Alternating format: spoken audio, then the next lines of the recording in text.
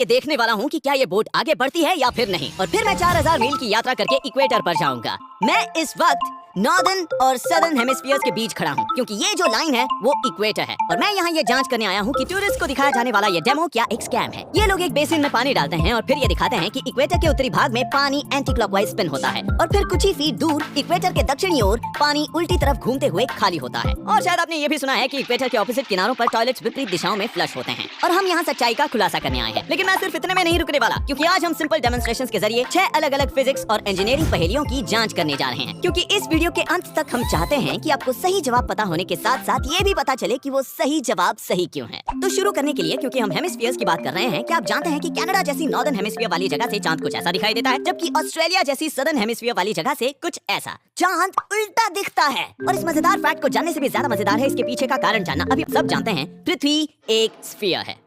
तो अगर आप नॉर्दर्न हेमिस्फीयर के नॉर्थ पोल पर खड़े सुपरमैन होते तो आप कुछ ऐसे दिखते।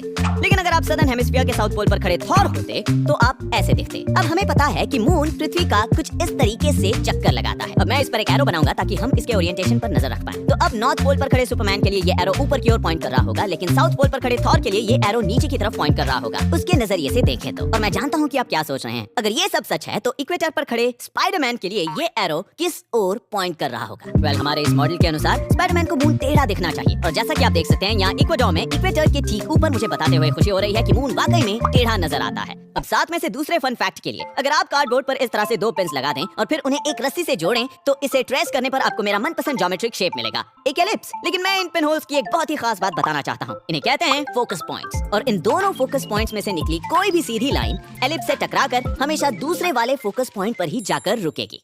और ये रहा सबूत, क्योंकि मैंने एक फोकस पॉइंट पर लेजर पॉइंटर लगाया है और दूसरे पर वैक्स बॉल। और इस एलिप्स के अंदर की दीवार कांच की है। और आप देख सकते हैं कि मैं चाहे जहां भी लेजर घुमाऊं वो हमेशा रिफ्लेक्ट होकर सीधे वैक्स पर ही जा गिरेगा। और अब मैं बताता हूँ इससे भी ज्यादा कूल बात। अगर आप एलिप्स के आकार का एक बड़ा कमरा बनाएं और फिर उसके फोकस पॉइंट पर खड़े रहें तो दूसरे फोकस पॉइंट पर खड़े किसी इंसान का खुसफुसाना भी सुन सकते हैं, चाहे वो कई 100 फीट दूर क्यों ना हो, क्योंकि सभी साउंड वेव्स रिफ्लेक्ट होकर सीधे आपके कानों पर ही पड़ेंगी। इनफैक्ट इस तरह का कमरा वाकई में मौजूद है। इसे बनाया था जॉन क्विंसी एडम्स ने यूएस के कैपिटल बिल्डिंग में। और कहा जाता है कि वो अपने दुश्मनों की चालों का पहले ही पता लगा लेते थे, जो कमरे के दूसरी तरफ उनके खिलाफ षड्यंत्र रचते। और अब क्योंकि आप इसके पीछे का विज्ञान जानते हैं, आप समझ सकते हैं कि जॉन क्विंसी एडम्स ने अपना डेस्क बाईं तरफ वाले फोकस पॉइंट पर क्यों रखा।